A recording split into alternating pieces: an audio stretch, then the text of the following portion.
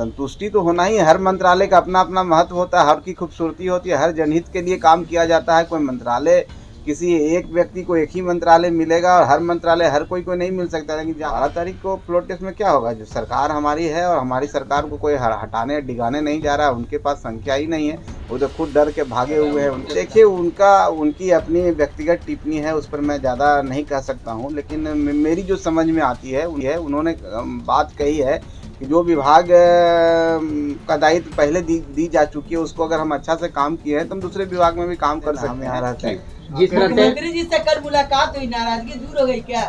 अरे मुख्यमंत्री जी से मिलने गए थे, उनका आशीर्वाद लेने गए थे। हम निश्चित तौर पर कि अब हम लोग को एक पद मिला, हमें एक विभाग मिला। नमस्कार, आप देखना शुरू कर चुके हैं फर्स्ट लुक बिहार। मैं सिलसिला आपके साथ। बिहार में एनडीए सरकार बनने के बाद मंत्रियों के बीच विभागों का बंटवारा हो चुका है और सभी मंत्रियों ने अपने अपने विभागों की जिम्मेदारी आज से संभाल ली है। हम पार्टी के राष्ट्रीय अध्यक्ष संतोष सुमन भी अपने विभाग को आज से संभालेंगे। उनसे जब पत्रकारों ने बात किया कि क्या वह अपने विभाग से खुश है कि नहीं, तो उन्होंने क्या कुछ कहा है, पहले आप सुनिए। देखिए, सर्वप्रथम मैं माननीय मुख्यमंत्री जी को धन्यवाद देना चाहता हूँ। उन्होंने मुझे जो दायित्व दिया है उसका निर्वहन मैं अपनी पूरी क्षमता के अनुरूप करूँगा। ये विभाग मुझे मिला है, सूचना प्रौद्योगिकी, इंफॉर्मेशन टेक्नोलॉजी जिसको कहते हैं, इसमें अपार संभावनाएं हैं। आज का जो युग है, आज देख रहे हैं कि आप सब भी सोशल मीडिया है, कंप्यूटर का युग है, मोबाइल का युग है और इसका बहुत बड़ा महत्व है। एक बिहार को एक हब बनाने की कोशिश की जाएगी, बहुत सारे इन्वेस्टर को यहाँ पर बुलाया जाएगा। हम समझते हैं इसमें अपार संभावनाएं हैं, जहाँ पर हम जॉब्स भी दे सकते हैं, लोगों की सहूलियत दे सकते हैं। तो अभी तो हमने आज हम आए हैं और अब देखते हैं यहाँ पर क्या प्रावधान है, कितने बजटरी प्रावधान है। सब बात को करने के बाद हम एक कंक्लूजन पहुँच के फिर आपको बताएंगे कि हमारे विज़न क्या है, हम लोग आगे क्या करेंगे। हमारे सेक्रेटरी महोदय बैठे हुए हैं, इनसे भी वार्ता होगी। तो आज के दिन इतना ही है कि मैं आप सबको के माध्यम से शुभकामना देना चाहता हूँ और धन्यवाद भी देना चाहता हूँ सभी लोगों का, जिनके कारण आज हम यहाँ पर हैं। बस इतना ही है आज के दिन में। आप सबको भी बहुत बहुत धन्यवाद कि आप लोग यहाँ पर आए हैं। देखिए, ये तो बाहर की बात है, पॉलिटिकल बात यहाँ पर हम नहीं करेंगे और ऐसी आपको सिर्फ एक ही लाइन में कहते हैं कोई संशय होता है तो हम यहाँ पर बैठे नहीं होते। बात खत्म। सब कुछ ठीक हो गया? ठीक है, तभी तो यहाँ पर हैं। अब कोई नाराजगी नहीं है? अब ये सब बात नाराजगी रहती तो आप नहीं यहाँ रहते, ना हम यहाँ रहते। मुख्यमंत्री जी से कल मुलाकात हुई, नाराजगी दूर हो गई क्या? अरे मुख्यमंत्री जी से मिलने गए थे, उनका आशीर्वाद लेने गए थे। हम निश्चित तौर पर कि अब हम लोग को एक पद मिला, हमें एक विभाग मिला, तो एक कटसी होता है कि माननीय मुख्यमंत्री जी हम लोग के मुखिया होते हैं और उनके पास जा करके उनका सहयोग, उनका आशीर्वाद, उनका मार्गदर्शन लेना है, इसलिए हम गए थे। बाकी अब कोई ऐसी बात तो थी नहीं। जो मंत्रालय आपको मिला उससे संतुष्ट हैं आप? संतुष्टि तो होना ही है। हर मंत्रालय का अपना अपना महत्व होता है, हर की खूबसूरती होती है, हर जनहित के लिए काम किया जाता है। कोई मंत्रालय किसी एक व्यक्ति को एक ही मंत्रालय मिलेगा और हर मंत्रालय हर कोई को नहीं मिल सकता। लेकिन जहां आपको जो दायित्व मिला है उसका आप कैसे निर्वहन करते हैं, ये आपके ऊपर डिपेंड करता है। हर व्यक्ति से कोई चीज़ जाना जाता है। अगर आपके अंदर क्षमता है तो हर मंत्रालय में आप काम कर सकते हैं, हर मंत्रालय में संभावना होती है।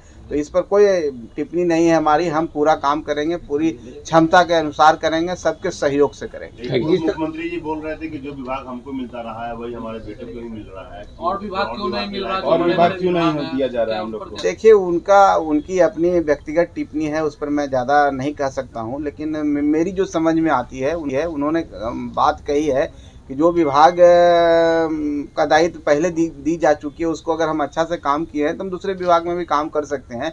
उनका अपनी बात है, उस बात को ज़्यादा उनसे ही पूछें तो ज़्यादा बेहतर रहेगा।